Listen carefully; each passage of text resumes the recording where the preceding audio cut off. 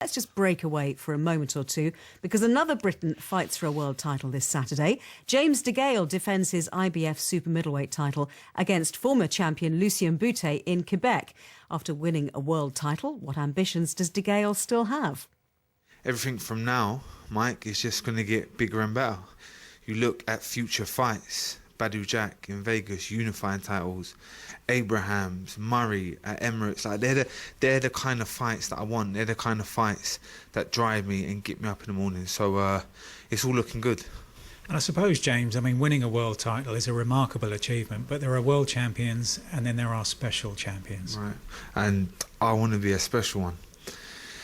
As I say, just winning that world title and making history, but this is the hard bit now, is keeping it, making money and leaving some sort of legacy when I finish. All I want, Mike, is people to say, do you know what? He was a good fighter. That's what I want to hear when I've retired in 5 or 6, 7 years' time. That's all I want to hear. So now it's about just defending, boxing the best out there and winning and leaving some sort of legacy. You said you wanted to be remembered as a good fighter, but an important part of the professional game, of course, is money, and you've signed up now with Al Heyman, who's also an advisor to Floyd Mayweather, and this series in the United States called Premier Boxing Champions, which is earning a lot of money for a lot of boxers. How important is that to you? It's very important. Obviously, I want to get paid well for what I'm doing, Mike. And I signed with Al Heyman, and listen, the guy is a special man. I've met him twice, and not many fighters get to meet him, but he's intelligent, he's a businessman, but he cares about his fighters, and yeah, obviously I'm getting paid well, and that's what it's about.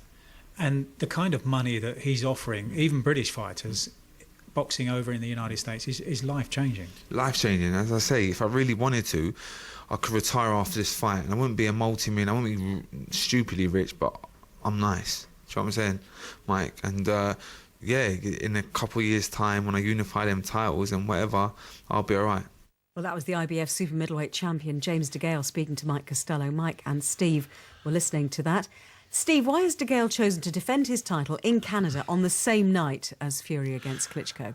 Well, it's quite simple. It's money. And the beautiful thing about this guy, Al Heyman, who's this guy that very few pictures exist of him, very few people have ever had anything passing for an interview with him. The beautiful thing about Heyman is he pays all these guys an absolute fortune. James got over £1 million, I believe, for winning the title in front of a few hundred people on an afternoon in Boston, and now he's going up to Canada where he'll fight Bute for, I'm hoping, the more money than that. The reason he's on the road is quite simple. It is the money. He could be defending this title here, assuming he'd won it in the first place, and making probably as little, Ellen, I'm not kidding you, probably as little as 20% of what he's making. He may... he talks boldly there about fighting at the Emirates, and that would be great because he's a big Arsenal fan. But at the end of the day, he's got to stay and stick where the money is, and he just carry on ploughing that financial field that Al Heyman has sown. Because none of us in the boxing game, and it's a long show to discuss it, none of us know where all this money is coming from. And James DeGale, Mike, says he wants to be a special champion. Has he got that kind of ability? He's definitely got that kind of ability. I think the question is how long will the correct level of desire stay with him as he's earning this kind of money time and time again. I watched him in sparring just before I came here to Germany. He went through 15 rounds with a couple of different sparring partners. It looked to me like he's really grown as a champion. We were talking that day elsewhere in that interview about him being depressed, he said, at a certain stage of his career because he just couldn't work out where he was going next and when the big fights would come. He'd been beaten in a high-profile affair in front of a capacity crowd at the O2 Arena by George Groves, who'd also beaten him in a deep-seated rivalry as an amateur, and he was pretty low at that stage, but now he's back in love with the sport. He was bouncing around the ring as he sparred. He is supremely gifted, and as long as he wants it, then he can stay supreme, I think, in that division, especially now as Andre Ward, one of only 2 men to have beaten Carl Froch, has departed the scene and gone to the light heavyweight division. And a very quick one, Steve, about Lucian Bute. What kind of a threat does he pose? Well, I'm beginning to think I'm a bit mad and losing the plot, because I think he poses